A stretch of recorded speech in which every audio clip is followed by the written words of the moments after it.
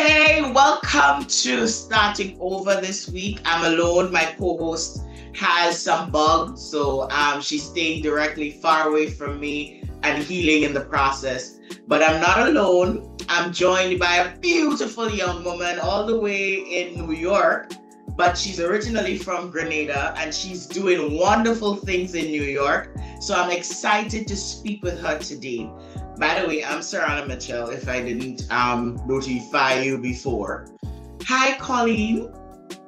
Good morning, Serena. This is an amazing opportunity, a reunion, right? Because we haven't seen each other in In years. I like saw you when your grandma passed. When your grandma passed, I saw you. Yes. Yes. Oh, man. Yes. That was a time. So it's awesome to be in your space, in your energy today. Happy Sunday, everyone. And happy Father's Day to all the fathers out there. I don't want them to say I forget them. My friends who are fathers often say, they're forgotten, but you're not forgotten because without you, we're not here. It's just that sometimes it seems as though we forget you because you forget yourselves and your duty. Sorry, I don't mean to go there. Put hands up. So, girl, how you doing? I am doing amazing. They say if you have to complain, don't, because it makes no sense. So I am amazing. I am, blessed. And I'm just relaxing, just enjoying the Sunday, enjoying the Father's Day. Happy Father's Day to all the dads out there. You guys play an amazing role in just being that village that your children need and the children around the world. Sometimes you don't really have to be a biological father to be one. So shout out to all the people who are dads and stepping up there. Good morning to you guys. Very well said. Y'all, I need to clear the air. I've known this young lady since she was a baby, and I always called her Linda. So it was very interesting when I got a friend request years ago from Collene Bridgeman. I was like, who the hell is Collene Bridgeman? Ain't that Linda? So correct. And to your and my defense both, right?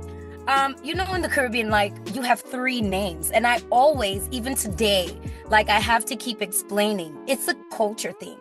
We have three names. I have three names. I gave both my sons three names. Hey, I'm just continuing the culture. But I didn't know that my name was Collene until they were calling out results for common entrance. And they kept saying, Collene Bridgeman. Well, I recognize the last name, but I don't know who you guys are calling. So I'm sitting down. I sat there. And it wasn't until the teacher came over and be like, girl, we're talking about you. Get up. I was like, whoa. So I got home and I said, wait, is my name Collene? And my mother said, yes, these are your names. So you're not even alone here. So thanks for the story. I was stuck with one name. As you know, I'm the last in my family, and I always joke that by the time my parents got to me, they were tired, so they just threw one name my way, and that's it. Sarana it is, and that's who I am. Lucky you. I got three. I have had many variations of Sarana over the years. My mother herself used to bastardize my name, calling me Sorrenta, Serena, Soriana. And I had to just stand there and look at her like, that's not my name. And she's like, well, you know who I'm talking to. Technically, no. Because I don't know. You gave me one. Now you're switching it up on me without giving me. Yep. That was a drill. Girl, so good talking to you. And the reason we're talking here today, because I thought of you when I came up with the idea for this whole shit about starting over. And you had to start over because you left Grenada as a teen, right? 14. Right. You left Grenada as a teen to transition to New York. And I want you to tell me what that experience was like for you. When you heard you were going to America, were you like? Yeah. So initially, It was very like exciting. Because like little children, you're standing in the yard and you're seeing the planes go by, and there's this curiosity about what is above the sky, like what is beyond. Where is this plane going? And so I had the luxury of traveling. In primary school, we went to St. Lucia. We went to Barbados because again, to get a visa or a green card, you have to go to Barbados. So Hmm. I love that, having an opportunity to travel. I love that. But just hearing, well, you're coming to America, who can tell you anything? You were excited. I know I was ecstatic, but it was a bittersweet, right? Because I was transitioning to Form 5. So I was excited for that. I also had, an opportunity to do a lot of youth work in Wesley College, junior achievers debating. So I got into something that I loved. I had my friends and, I was starting to become, fitting into my mold, who I was. And Yes. then, it's like, wow, now you got to go. So it wasn't something I had an opportunity to prepare for. It was very abrupt. Like, hey, this is the time you guys have to leave. And so it was, really quick goodbyes, really, a quick adjustment. Like, here you are today, and then you're gone tomorrow. Mhm. So, but then you get here and you experience the culture shock, right? I was excited for a Yeah. couple of days. When I got here, we got here late the night, so I really didn't see the place, in its truest form Yep. until the next day. I stepped outside and I'm like, nobody has verandas. Uh, What where are time the of trees? year did you go? Summer, spring? What So time? summer. We left in August, and then the bad part is, so Carnival. the thing is, I missed Carnival when we had to go to Barbados. So on the way to Barbados, we're missing crop over, okay? The torture. And then coming, like you're seeing the jab going by and you're saying to yourself, oh, wow, this is horrible. Like I'm not even getting the jump up before Did I you leave. did you did you used to play jab? I think you did. I got to twice. So Yes, I I love it. remember. I got to do roadshow one year. And I'm like, cringy. Like I'm missing. So I missed two carnivals. That was Uh-huh. not right. Uh-huh. And there was no substitute because then when I got here, what they call Labor Day does not even equate to what you're getting home, right? Yes, I know. So there's no trees, nobody has verandas. Like it wasn't, there's no children you play around with, there's no, people your age. So that for me, it was very different. The transition was very different. And then when you think of the school system, it was a real culture shock for me, honestly. No uniforms. So you really don't know who were adults from who were children. And So the that, in essence, for you was something that you revered from back in Grenada with the uniforms. Yes, Ah, honestly, I did. I feel like uniforms bring about a sense of pride, in not only in your school, but the way you carry the uniform. Um, what we used to do, like I had like a Ziploc bag or a plastic bag with my scrubbing brush, my white, the polish, your white shoe yes, yes, polish. yes, yes, yes. Listen, the thing was, you wanted your ribbon to be crisp. You wanted your school skirt to be like really nice and neat. Like I carried my uniform with pride. So I was assuming that when I came out here, it would have just been a continuation of what I Ah, already girl. Mm-mm. call it the 360 shocker, right? Call it the 360 shocker. It was like a gut punch, like, you're in a totally different arena now. Like you're playing by a different game, a different rule.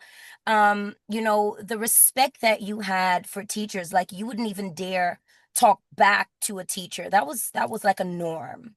And not really bashing the school system, but it was very different. It was night and day for me. So, I looked at kids like, yo, you can't do this. Like, you gonna get yourself in trouble. And they're looking like me like, you just came, didn't you? Like, yeah. Listen, I still used to go to class and raise my hands Oh, to use shoot. them, Oh, right? God. And they were like, what is she doing? What is she doing? And then don't talk about the accent. So, Yeah, and I was gonna get to that. I Mm, get it a lot now where people are like, oh, well, you don't sound Grenadian, but then you don't sound American. Okay. And I always say this, blame the colonizers. Like, don't tell me about how I sound. Okay. Because I have the British, I have a little bit of French, and then now I have a totally like a mixed ray. But it's a way where the Grenadian accent is very fast. And so I had to slow down how yes. spoke in order for people to understand what I was saying a lot of the times. It was very annoying because they Because you ask just you, want to roll. You just want to roll, but you have to remember that they're not Grenadians, so they have to take their time to understand what you're saying. I got understand. that. I got that myself when I was like 21, 20, or whatever. And I went to Taiwan and we were all talking. And this gentleman among us, he was Taiwanese, and he said, I only understand what you're saying. That's me. And I was like, why? He said, everybody else is talking fast. And I was like, really? And he said, yes. I said, maybe it's because I read the news because I have to learn to enunciate and take my time. Exactly. Yes. Exactly. And then they ask you this really wonky question of what language is that? It's English. Yeah, No, it's it's Grenadian, honey. It's Grenadian. and I used to get very offended because I'm like, how dare you, assume that I'm not speaking English. But then I had to understand that it was not something that they understood.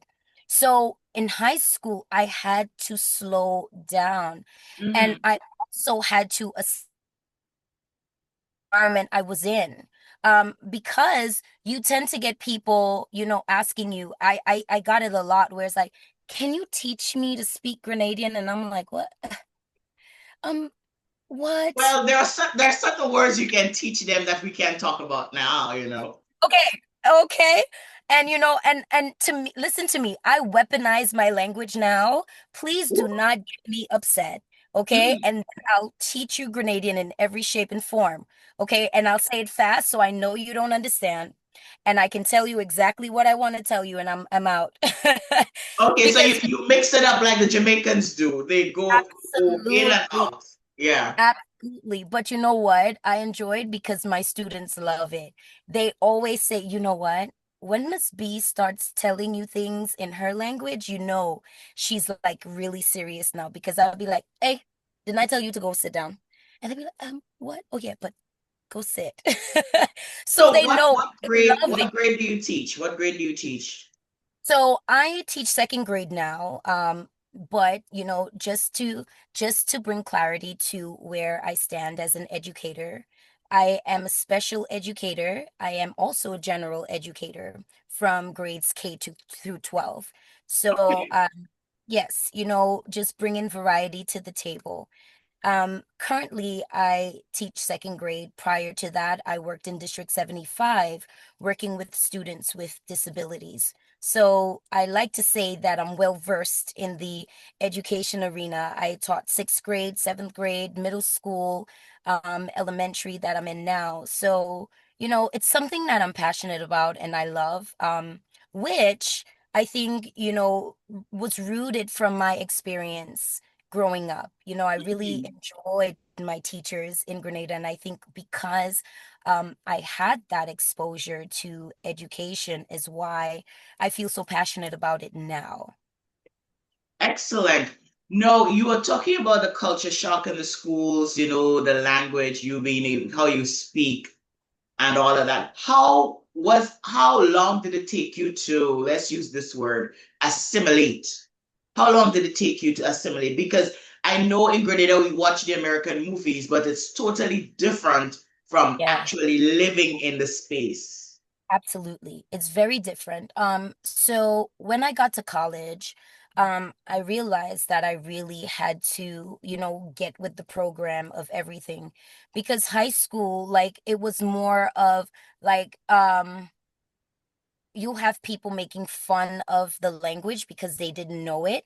So you have to give them grace, in a sense where they were ignorant to the fact that there are different countries in the world and people speak differently. Yes. So I just had to take it for, what it was there. And obviously, coming from the Isle of Spice, of course I was spicy. Get yourself, don't come for me, okay? Because we don't play that game. Like, okay, enough is enough. Like, stop with it. But I think eventually at the end they understood that this girl, she was working, and I did what I had to do in high school. Like, and I just want to say for the record, when I got to New York, like a lot of schools turned me away Really? because when I looked at my report card, they were like, "What do we do with you? What do we do with you?" Like, basically I was done with school in Oh, based on their standard. Guys, we have to give ourselves credit in the Caribbean that our education system is solid, okay? It is solid. And what happens, and I think, I'll get to the assimilation, but I just want to say for parents who are bringing their children from the Caribbean and bringing them into an American space, an American school system, you have to be your child's biggest advocate because imagine you're coming from, you're going to Form 5 or you're in Form 4, Form 3. We have a solid educational currency. And what they would try to do is say, well, okay, your child has to go back a grade. I stood on business when I got here, like, we're not going to ninth grade. You are going to put me where I belong. So for the majority of my high school year, I worked. So they put me like in the 11th grade because it wouldn't have looked good for students to just see like, okay, she just got here and she's graduating with seniors. They wanted me to have an American paper trail.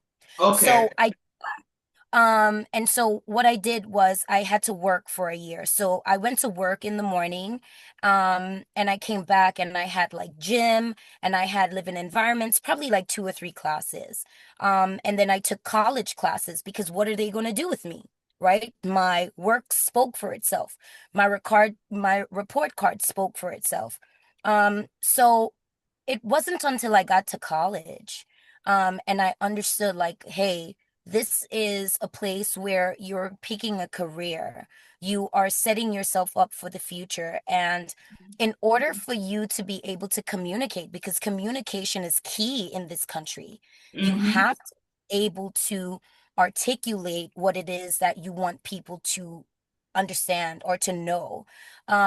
So just being, in a different space, I want to say with more serious minded people, I had to assimilate in a way where slow down on the accent, really think before I spoke out because, I wanted not to be, have people looking very confused, like, what did she say?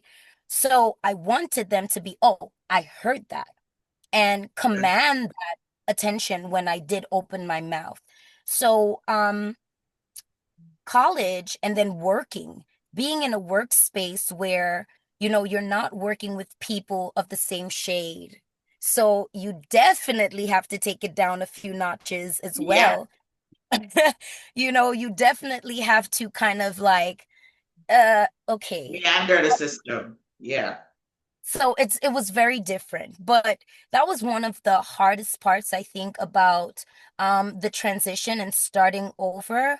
And I always say, you do not have to lose yourself in order to fit in. So now and I again, like but then that. I like that. Just elaborate on that a bit for me. You do not have to lose yourself in order to fit in. Elaborate on that for me. I like you that. absolutely don't because um I grew up in Grenada. And Grenada is part of me. I am part of Grenada.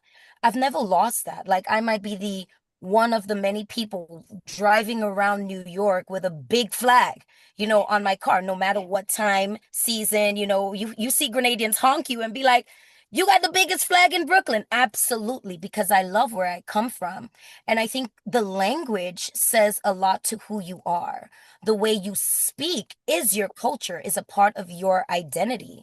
So you don't have to change the way that you're speaking to make anyone comfortable or to, have anyone hear you or understand you. But I think for me, um, just understanding that if I wanted to go somewhere, I had to make minor adjustments in how I communicated with other people. So I changed the way in the way in which I communicated without losing who I truly am as a person, as a Grenadian, as, someone who um speaks a different dialect from everyone else. I embrace that because I am able, when I get home, I can be me, you know? It's like you sucking air. Like here I am sucking it in for the whole day.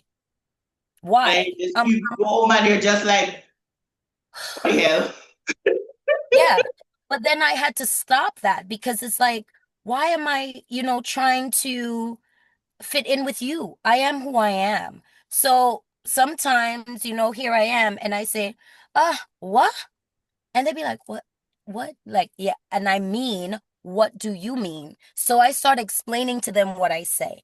And it's so Um, funny that my students pick up on my accent more than some adults, which I find it very funny because then they say, you know, Miss B, um, what did you say? And I'll explain it to them, and then you hear them trying to use it back on me. the So I, curiosity in the age group. yes, So that's yes. where it comes from. Yes. The And I curiosity. love it. And I love it because, they always ask me questions. They always want to know, well, where are you from? And then I can pull up the beautiful waterfalls and I can pull up our carnival and our colors and I can show them, like, hey, this is a country, this is where I'm from. And this is the language that we speak. It is English. It's just a different type of dialect, guys. And it's a beautiful dialect. Like you can pick up on your people when you go certain places Oh and you, yeah. hey, my country person, are you Grenadian? Yes. I knew it. I knew because our language is so beautiful, and it's such a beautiful thing when you could say, "Hey, I know where you're from," just by someone opening their mouth. It's a gift. Excellent. No, I see online that you are deeply involved with farming, and Yeah, that has its roots in Grenada.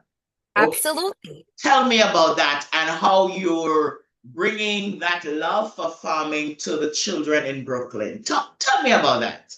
Oh my goodness. I definitely want to shout out Miss Netta Bridgman. I want to shout out my grandmother Louis James and my great grandmother Tanaisi. We called her Tanaisi. Those were hardworking women.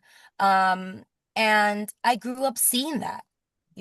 As we said before, shout out to the dads out there, but I grew up seeing strong women. I grew up seeing strong women. I never had the privilege of experiencing any of my grandfathers. They all died when I was very young. My mom's dad, I never saw him. I just spoke to him. I never, had an opportunity to even meet him. He lived and died the majority of his life out here. So I grew up with strong women, and I got to see my grandmother never work for anyone and just living and providing off the land. So, she would have us up, and you could witness that because she would have us up 6 o'clock. We in morning mass in the church, and then from morning mass, we're in Malfoot right there, picking lettuce, and then from Malfoot we're going to Toby. Like, thank God, Canal was far up because we would have been there too, But I grew up on going and picking up the nutmeg. I grew up on using every piece of space around our house to grow the things that we used. We had chickens. I taught my chickens. Like I was teaching everything. I taught the trees, I taught my chickens, I was in the coop teaching. I'm just saying. So it was that grounding. It was that rooting, that I am here today, able to bring this farming experience to my students. The best thing my grandmother could have did was tell my mom to give me that nutmeg book. I'm telling you. That what? The nutmeg book. So, in order to go sell nutmeg, you had to have a book. They had a Yes, nutmeg yes, book. yes, yes. And your name on it? My grandmother told my mom, "Hey, pass it over to me." No way. So you can sell nutmeg? Listen, Serena, I was at that nutmeg pool. They knew me, okay? They knew me So because wait. So you pick up like a handful of nutmeg and go to the pool? uh-uh. Oh no. So we had a lot of nutmegs in Canal. So we have some land up there. Mhm. Um and so, we used to have 2 bags, sometimes 3. And that was a thing, but I didn't understand the value of that. I understand. I Didn't definitely do. understand the value of that. But when the book got handed over to me and I saw the monetary value, I'm like, excuse me? What?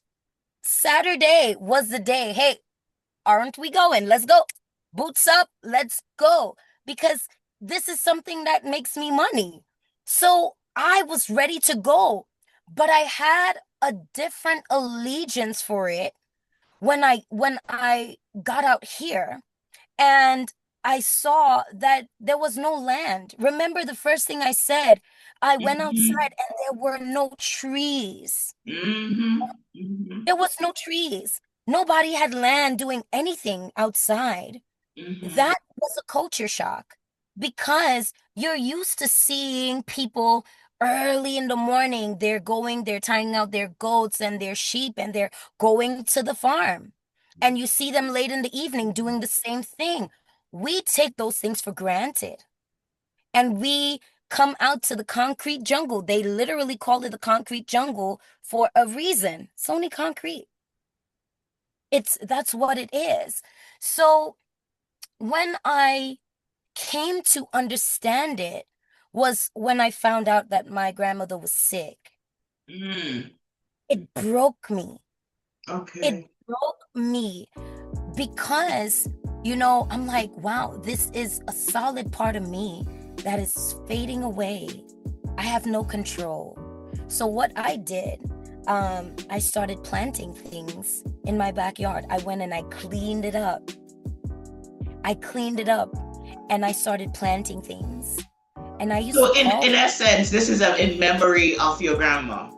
Absolutely. This is beautiful. Absolutely. And I used to call her in the morning when I was in New Jersey and she was in Brooklyn. And, I would show her, like, look at what I have, and I knew that it was going to make her proud. It was going to bring about a sense of someone is going to carry the legacy for me. One of the things that we spoke about before she passed is her regret of not, doing more around agriculture. And one of the things that she said was, I wished I did more. I wish I learned more. I could have been so much more farther, in agriculture if I understood it. And that sank in for me because I'm just like, well, what more could you do? We didn't get to understand that agriculture is more than just going in the farm and Just just planting and picking, just planting and picking and selling, agro it's processing, deeper taking than it that. somewhere, doing more with it. Yeah. Deeper than that, Savannah. So when I started planting, the feelings I got when I was out there in the space, we used to be, and don't get me wrong, I used to be mad when we had to go to the farm, okay? Because that meant work. That meant we had to work. You hear me? And my grandmother, if anybody knows, right? Hardworking, on business. So when you hear her say, okay, we're going to Canal, and then we're going to Two Canal, and then we're going to Toby, and then we got to go to Malfoot. Who happy about that? Because we got to do the work. Chris and Linda, all the time. We had to build bunkers. We were burning coals. We were building things with all kinds of stuff around the house. You hear me? And then grandma would be the person, be like, take this lettuce and that carrot to this person, and go bring it to that person, and go take this here. And you were mad. But because you didn't understand the value of being able to feed your people. See? You didn't understand the value that it was that you didn't have to work for no one.